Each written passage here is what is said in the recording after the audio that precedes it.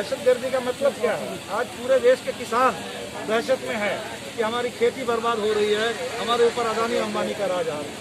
इस देश के मजदूर, उनका सारा अधिकार छीना जा रहा है, श्रम कानून में तब्दीली आ रही है। इस देश के छात्र नौजवान, उनका पूरा भविष्य खतरे में है। तो दहशत पैदा करने, दहशत फैलाना और दहशत के बल पर राज करना, दहशत और नफरत, यही तो दो चीज़ है भारतीय जनता पार्टी के पास। इसलिए दूसरों के बारे में ये आरोप लगाना कि दहशतगर्द है, मैं समझता हूँ ये भाजपा वाले जो काम खुद करते हैं वो दूसरों के अंदर भी वही देखते हैं। इसलिए कह रहे हैं कि भाई यहाँ कोई टेररिज्म आ जाएगा। सबसे ज़्यादा आज पूरे देश में टेरर का काम, फियर फैलाने का काम, नफरत फैलाने का काम भाजपा है। ये जो एलजेपी को लेकर चल रहा है रस्साकसी, इससे क्या महागठबंधन या जदयू को नुकसान पहुँचेगा? देखिए एलजेपी वाला मामला क्या है, बहुत बात समझ में नहीं आ रही है। इस लोग तो कह रहे हैं कि ये मामला उसकी जो पटकथा लिखी गई थी, तो कभी कभी ऐसा होता है कि जो स्क्रिप्ट राइटर लिखते हैं और डायरेक्टर जिस तरह से सोचते हैं, लेकिन जब वो नाटक होने लगता है, फिल्म होने लगती है, वो कुछ अलग ही ढंग से चलता है।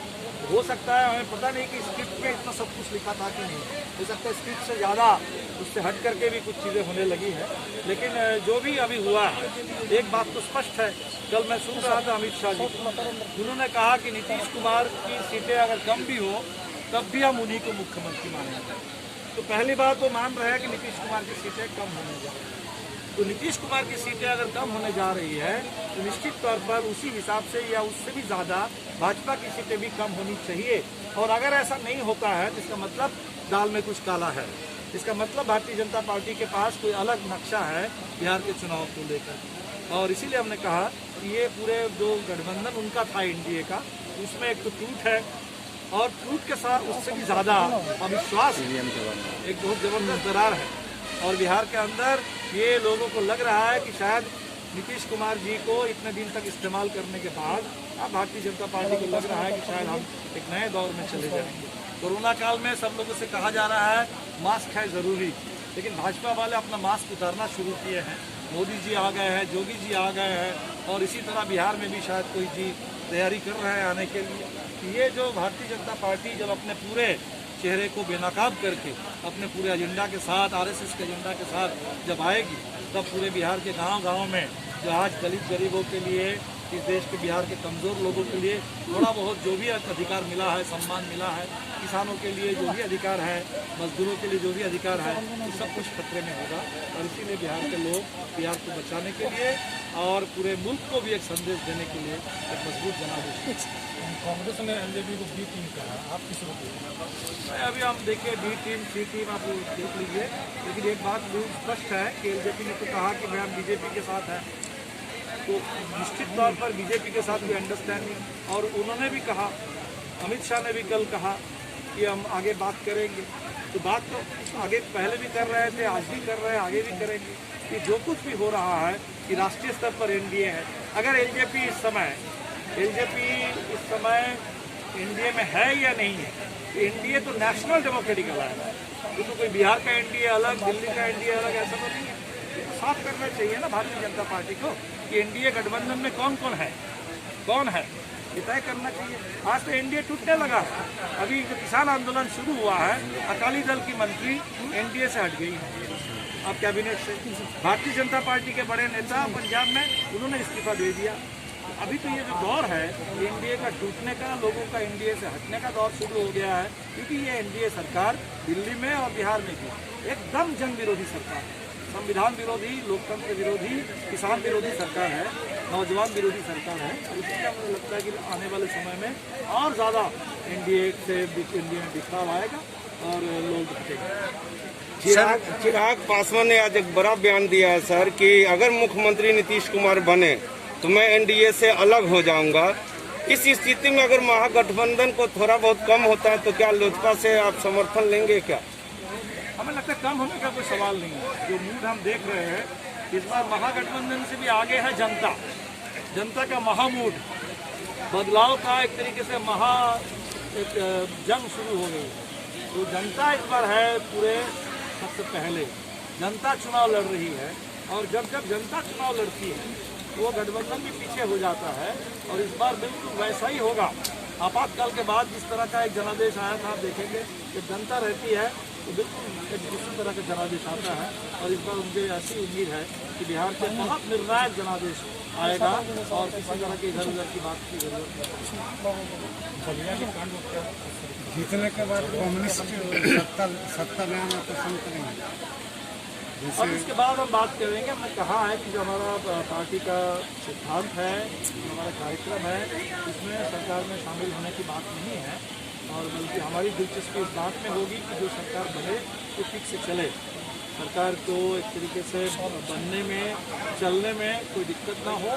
और जैसे आप देखेंगे कि यूपीए 1 का दौर को अगर आप याद करेंगे तो वामपंथ की एक मजबूत उपस्थिति सदन में थी, वहाँ पार्लियामेंट में, वहाँ सरकार में वामपंथी लोग नहीं थे।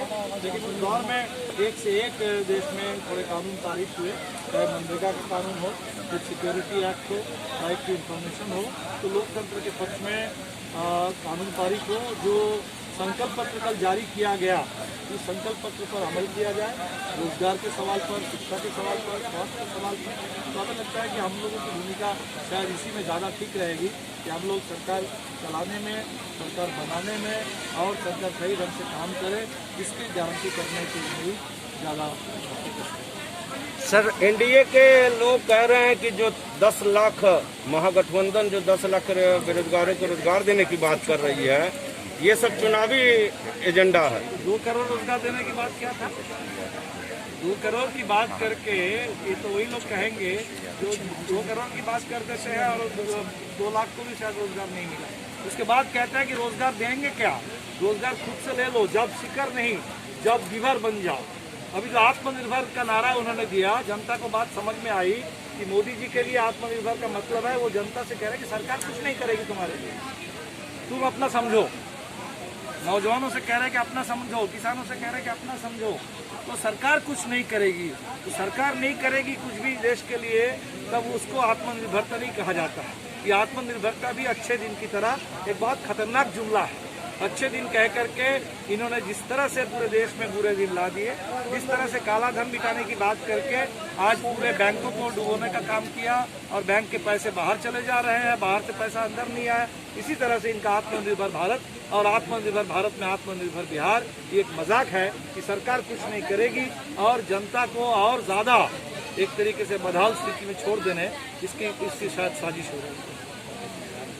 कम्युनिस्ट पार्टी को सरकार के लिए चेहरा क्यों नहीं ला रही है, जबकि तेजस्वी आ रहे हैं? इसमें इसके पीछे रीजन क्या है? इसमें कोई रीजन नहीं है। हमारे तो एक गठबंधन है और इस समय राष्ट्रीय जनता दल इस गठबंधन में सबसे बड़ा नेता है, और जाहिर सी बात है कि ऐसी स्थिति में राष्ट्रीय जनता दल के जो नेता है वही महागठबंधन के भी नेता होंगे। यही नेचुरल है, जो स्वाभाविक है। इसी काम को हमें लगता है कि हो रहा है। कम्युनिस्ट पार्टी की जब ताकत बढ़ेगी, बिहार में वामपंथी आंदोलन और ज़्यादा आगे बढ़ेगा, तो शायद वो दिन भी आएगा जब कोई सरकार में उसका संतुलन दूसरा हो। अभी फिलहाल जो संतुलन है उस हिसाब से हमें लगता है कि तेजस्वी जी के बारे में जो प्रस्ताव है वही ठीक। क्या कहना चाहेंगे सर? देखिए, जो गठबंधन है इससे साफ बात है कि भारतीय जनता पार्टी में एक ज़बरदस्त घबराहट है, एक बौखलाहट है, क्योंकि भाजपा ने सोचा था कि इस बार कोई गठबंधन ठीक से बनेगा नहीं और कोरोना काल में लॉकडाउन के आड़ में ये लोग चुनाव को चुरा लेंगे। जैसे पिछले बार इन्होंने जनादेश को हड़प लिया था, हाईजैक कर लिया था, इस बार पूरे चुनाव को हाईजैक कर। लेकिन हुआ ये कि भाजपा का जो गठबंधन था वो तो अब टूटने लगा। उसमें तो बड़ा अविश्वास है, कौन किसके पक्ष में बोल रहा है, कौन किसके खिलाफ बोल रहा है, पता नहीं। लेकिन इधर जो गठबंधन बना, बहुत निर्णायक गठबंधन बना, क्योंकि भारतीय जनता पार्टी और एनडीए कुशासन के खिलाफ लगातार विरोध में रहने वाले और लगातार लड़ने वाली जो पार्टियां हैं उन्हीं पार्टियों के बीच में गठबंधन है। इसलिए ये भारतीय जनता पार्टी की बौखलाहट है, वो झूठ बोल रहे हैं। बिहार में लोग वामपंथ से डरते नहीं है, लोगों को वामपंथ से लोगों का भरोसा है वामपंथ से। लोग दरअसल आज डरे हुए हैं भारतीय जनता पार्टी से, जो उत्तर प्रदेश में भाजपा का राज चल रहा है, वो जिस तरह से वहाँ बलात्कारियों का राज चल रहा है, जिस तरह से गुंडा राज चल रहा है, पुलिस एनकाउंटर हो रहा है, कहीं बिहार में भी अगर इसी तरह का राज, ये लोग बिहार में भी उसी रास्ते पर चल रहा है, अगर इसी को करना चाहते हैं तो लोग इससे बचना चाहते हैं। लोग बचना चाहते हैं कि भारतीय जनता पार्टी ने, मोदी जी ने जिस तरह से देश को बेचना शुरू कर दिया और अदानी अंबानी कंपनी राज वो रेलवे से लेकर के इस देश के अब खेती पर भी थोपने की साजिश हो रही है, तो देश की अर्थव्यवस्था बचेगी ही नहीं। देश के आम लोगों के लिए जीने का अधिकार ही नहीं रहेगा।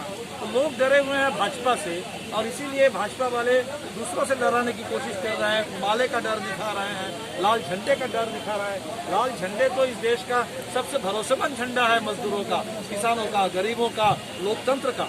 और इसीलिए भारतीय जनता पार्टी, और आप देखेंगे कि इस समय भाकपा माले पिछले 30 साल से चुनाव में है और 30 साल से हमारे विधायकों को आप देख लें, हमारे रामेश्वर जी जैसे जीत करके गए हैं लोकसभा में, डॉक्टर जयंत रंगपी असम से जीत करके गए जो आदिवासी आंदोलन के बड़े नेता हैं, योगेश्वर गोप जी जीत करके आए जो बिहार के सरकारी कर्मचारी आंदोलन के बहुत जबरदस्त एक किंवदंती नेता रह चुके हैं, जो हमारे तमाम किसान नेता जीत के आते हैं, महबूब आलम जो हमारे विधायक दल के नेता हैं, और पूरे देश में जो विधायकों की सादगी होनी चाहिए, एक बिल्कुल सादा सीधा एक विधायक होना चाहिए, इसके मिसाल बने हुए हैं। दूसरी तरफ भारतीय जनता पार्टी को देखिए कैसे लोग हैं, कुलदीप सेंगर जैसे विधायक बनते हैं और भारतीय जनता पार्टी अंत तक उसको बचाने की कोशिश करती है और लास्ट में जब सजा होने के बाद जाकर के उनको पार्टी से निकालते हैं। एक से एक आप देखेंगे जहां वहां ऐसे आतंकवादी लोग हैं जो गोडसे को इस देश में कहते हैं कि गांधी नहीं, गोडसे हमारे लिए हमारे मॉडल है। जो लोग बिहार के अंदर आप देखेंगे कि जनसंहार करने वाले लोग, उसके जो मास्टरमाइंड हैं, उनको गांधी बताते हैं। तो योगी आदित्यनाथ को देखिए, मुख्यमंत्री बनते हैं और मुख्यमंत्री बनने के साथ साथ अपने ऊपर जितने केसेस थे सारे केसेस ड्रॉप कर देते हैं। तो भाजपा तो इसी तरीके की पार्टी है, लोकतंत्र के लिए, संविधान के लिए खतरा है। और बिहार के अंदर जो गठबंधन बना, हमें लगता है कि बिहार को पूरी उम्मीद है कि न सिर्फ सरकार बदलेगी बल्कि बिहार के अंदर जो शासन का ढर्रा है वो भी बदल जाएगा और जो सियासत का एजेंडा है वो भी बिहार के अंदर बदल जाएगा। और इस बदलाव की शुरुआत इस चुनाव में हो रही है, जहां रोजगार के सवाल को सबसे ज्यादा प्रमुखता मिली है, जहां पूरे बिहार के किसानों की मांग को प्रमुखता मिली है और बिहार के तमाम जो स्कीम वर्कर्स हैं, जो बिहार के नियोजित शिक्षक हैं, जो बिहार के टोला सेवक है, तालीमी मरकज में काम करने वाले साथी हैं, ये तमाम छोटे छोटे काम करने वाले जिनको कोई सम्मान सुरक्षा नहीं है, उनको इस चुनाव में उनके मुद्दों को प्रमुखता मिली है। और एक युवा उभार 74 जैसा एक युवा उभार बिहार में करवट ले रहा है और हमें पूरा भरोसा है कि इस बार के चुनाव से ये युवा ऊर्जा सामने आएगी, आगे बढ़ेगी और बिहार बदलेगा, सरकार बदलेगी, एजेंडा बदलेगा। सर, एक सवाल है मेरा कि 15 साल पहले जो जंगल राज की बात कर रहे हैं, फिर बोला जा रहा है कि फिर वही वापस आ जाएगा, तो क्या इसका श्योरिटी है कि अब जंगल राज नहीं आ पाएगा?